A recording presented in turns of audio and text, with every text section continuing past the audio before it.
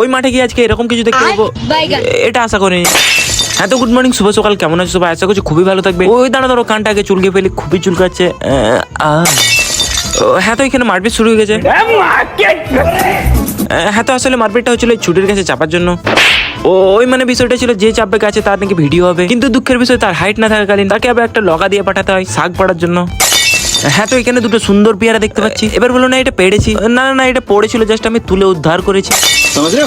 হ্যাঁ তো একটু জামাতে মুছে চলো একটা কামড় দেওয়া যাক, দেখি এটা কেমন। ওই মিথ্যা বলবো না, পেয়ারাটা খুব সুস্বাদু ছিল। সুস্বাদু তো লাগবে, হারামের খাচ্ছো। হ্যাঁ তো এরা আমাকে নিয়ে যাচ্ছিল মাঠে, আর কেন নিয়ে যাচ্ছে সেটা জানতে চাইলাম, কিন্তু তারা আমাকে কিছুই বললো না। ওই সবই ঠিক আছে, খালি এই ছেলেটার জন্য ভয় লাগছিল, শালা একে নিয়ে গিয়ে আমি না ফাঁসি। ওই আমার ধারণাটা ভুল ছিল, মানে যাকে নিয়ে ভয় ছিল সে আবার আমাদের গ্যাংয়ের লিডার। ওই মাঠে আসার কারণ ছিল ছোট পুকুরে অনেকটাই মাগুর মাছ আছে, আর সেগুলোকে আমরা দেখতে এসেছিলাম। কিন্তু এটা কি হচ্ছে? কি হবে বাবা, মুচ্ছি দেখতে পাও না? তো এরকম মিনি ব্লগ দেখার জন্য ওই চ্যানেলটিকে সাবস্ক্রাইব করো।